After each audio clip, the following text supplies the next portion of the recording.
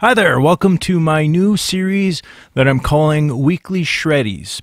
So as the title implies, every week I am going to share basically my knowledge of guitar shredding, and as well feature a guitar every week. So I kind of got the idea recently to do this from watching some other YouTube videos, some other people's vlogs, and I kind of, from watching those, thanks Hickey, kind of got the idea, you know what, maybe since, I'm planning on spending a lot of time at home this coming fall and winter, you know what, maybe I should just do my own vlog, kind of talk about what I love to talk about the most, and that's shred guitar and talk about guitars. So this is how this all kind of came to be, and kind of put this together quickly. That intro that you heard was something I kind of put together quickly. It took about a total of 7 hours from start to finish. And I'll get to the guitar that I used, which was this guy, and I'll explain that in a few minutes. So those that don't know me, I'm Paulo Rage. To quickly go over my background is that I started playing guitar when I was 13. Started with lessons on an acoustic guitar, my mother's acoustic guitar, and before my 14th birthday that Christmas I got my first electric guitar, and then from there I started learning from books because we just couldn't afford the guitar lessons anymore, so I started learning from books. And I have accumulated in over 30 years a lot of books. And I'll get to the reason why this is important to me, and I'll get to that in a little bit. But when I first started playing in bands, I was 14. I started playing in a lot of bar bands. Not bar bands. Garage bands and basement bands. Playing everything from Metallica to Megadeth to Slayer to Testament, and of course those are the lead work is very challenging, and a lot of guys just wanted to play the rhythm guitars, play that and all that jazz. I wanted to learn how to play the solos, so I got thrown into learning how to do the solos, learning all the lead stuff, and I was not very good in the beginning. I'll be honest, I was not that good, but over time I learned and I got better, and a lot of my learning was on my own through all these books. And as well, I also had some classes in high school, which was really cool. We actually had a high school guitar class, which I'll talk about maybe in another episode sometime. But by the time I hit 18, I actually started playing in the original music. I started playing in some metal punk crossover bands, because in my hometown of Sault Ste. Marie, that was kind of the big scene at the time. And I started playing in a band called Frapper Tetterhead, with just some buddies of mine. They decided they needed... it's a pretty interesting story where they were doing their first demo, and they needed me to do a solo on a song. And then from there, the guy that kind of was producing them kind of convinced them that I should play guitar for them. So I actually continued on writing solos for their demos, and then joined the band as a guitar player. And the guitar player actually ended up being the singer. He turned into being the singer at the time too. But that's another story for another time. And then I also played in a punk metal crossover band called Gut Wrench. I released an album with them called Under the Gun. That would have been 1996. So from there, I actually stopped playing music for a while, went to college, kind of didn't do the music thing again for quite a while. It wasn't until I relocated to Lethbridge, Alberta, actually, and through an old friend of mine that I actually used to jam with back in my basement and garage band days, actually was living in Calgary at the time, and he actually convinced me to play in his bar band. And we were playing everything from top 40 rock, classic rock, hair metal stuff, the Poison, the Motley Crue, the Bon Jovi, and I kind of got back into music again. And started not too long after that getting into some original music, playing with some original metal bands in Lethbridge, and then at a point I started playing in a Metallica tribute band. I actually did 2 years on the bass with them until I switched over to lead guitar once the lead guitar player actually quit the band, and then did that for a little while, and then not too long after that relocated to Calgary, spent some time trying to find a band to play with, and then I stumbled upon Siren, which is my current thrash power metal band, or power thrash metal band, something like that. And we released our recent album, Beyond the Depths, in January of 2020. Of course, because COVID happened, COVID hit, we haven't been able to play as much as we would have liked. We had plans for touring and whatnot, so that kind of stalled things. And we're currently writing our next album, which should be released in 2022. And with the coming winter, I'll be home a lot, writing and doing whatnot. We're going to have some shows here and there. So I thought, hey, you know, I'm going to have all this free time. I'm going to do some vlogs. So that's how we came upon this. So in the intro music that you heard, I actually used this guitar. And then every week, I'm actually going to feature one of my guitars. I have a bunch. I've collected quite a bit of guitars. They're mostly Jacksons. I do have a love for Jackson guitars. So a lot of the ones I have are Jacksons, but a few that aren't. But that recording, and then this week, I'm featuring this guitar, which is a USA Kelly KE2. So this guitar is a 2016. I bought it in 2018, and I got a really good deal on it. The store that I bought it from, that location, I don't know if they were planning on shutting down at the time, but they're closed down now. But they actually had this more or less on clearance. And when I joined Siren, I wanted something, you know, specific to them. We play in standard tuning, so I wanted something kind of metal, something black. I actually was looking for a soloist, and I found this and fell in love with it. So for about 3 years, this was my main guitar, and I played this a lot of gigs, a lot of rehearsing. It was my main practicing guitar for quite a while, but over the last while, these guitars have gained a lot of value to them. So I'm always weary of being out to gigs and it just kind of disappearing, walking out with someone, if you know what I mean. So I've kind of decided that I'm going to keep this more or less as a studio guitar now, just because it does sound amazing. It's great. I use this for all the rhythm guitar on the Beyond the Depths album.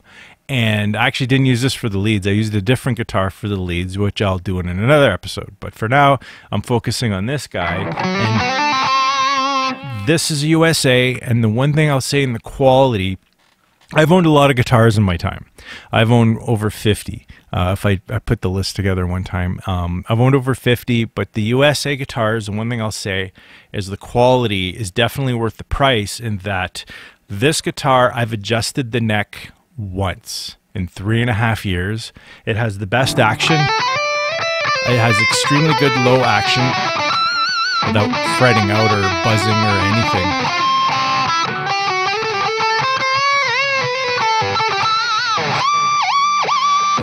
And it's amazing. It's got the stock Seymour Duncan pickups. I have a tendency of changing the pickups in a lot of my guitars, and this one I have never had to, just because it sounds great. It sounds amazing. So this guitar is my, now retired from the road, I guess you could say, but is now my recording guitar.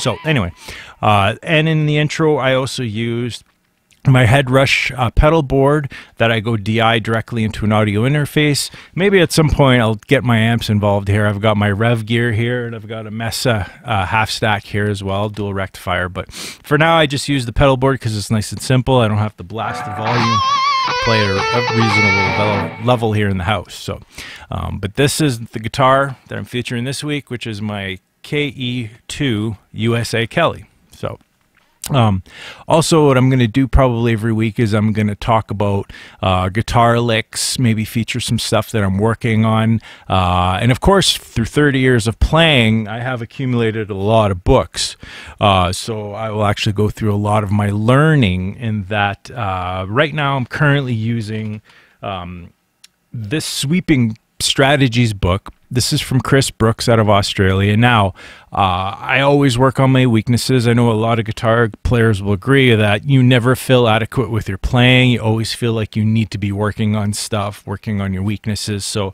my weaknesses has always been the sweeping. So lately I'm really... So anyway, there's a lot of exercises I'm going to work on. Maybe at some point I'll feature some of what I'm working on, but the one thing that you should always work on is also your strengths. And my biggest strength has always been my use of legato. I don't know if it's just natural to me, but also when I first started learning, I really worked on legato in the beginning of my playing, thanks to this book here, which this book I think is probably around 1990. This is The Speed Mechanics for Lead Guitar by Troy Stetina. And this has pretty much been my Bible for guitar for like so many years. I still use it often.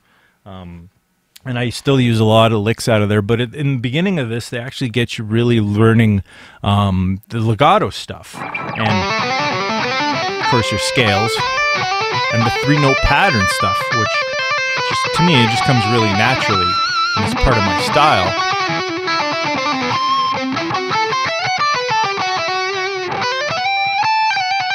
And they really work on the finger independence. I'm big working on techniques and working on your exercises. So first exercise, so what I'll probably do every week is I'll share 1 or 2 exercises. I think I'm going to try to find a way to put some tablature up here on the screen, and I'll show you one of my exercises, you know, and this one is one of my favorites.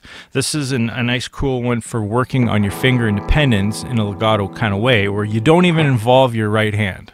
It's left hand only. And of course, always use a metronome. And this is a cool little pattern where it's like this, and I'll show you here. It's like, and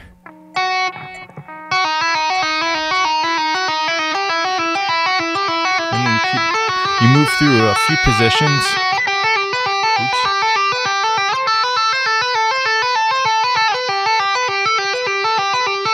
And you get to use a lot of your pinky too. I've always been big on using the pinky.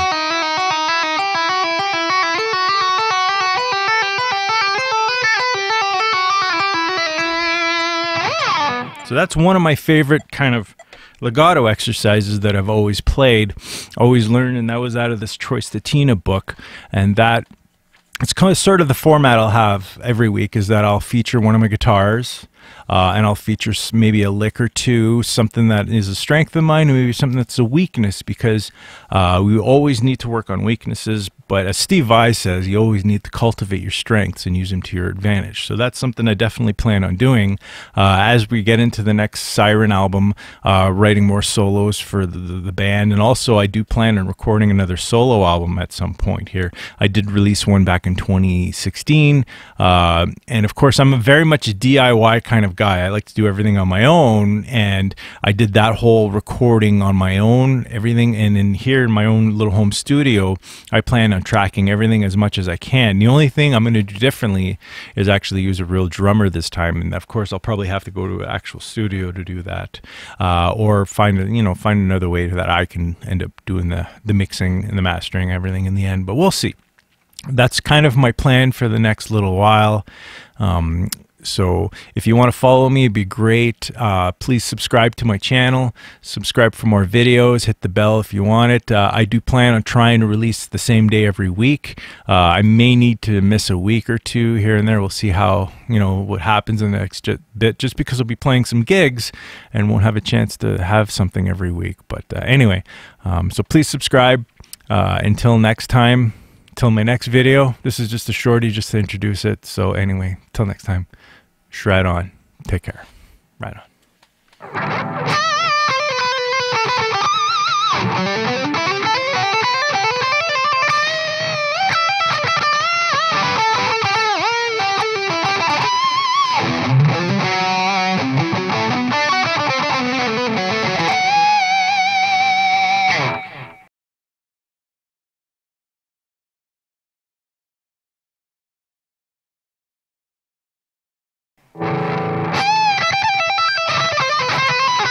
Ah, crap, my pick. Where did my pick go? No, seriously, where the hell did you go? Damn it.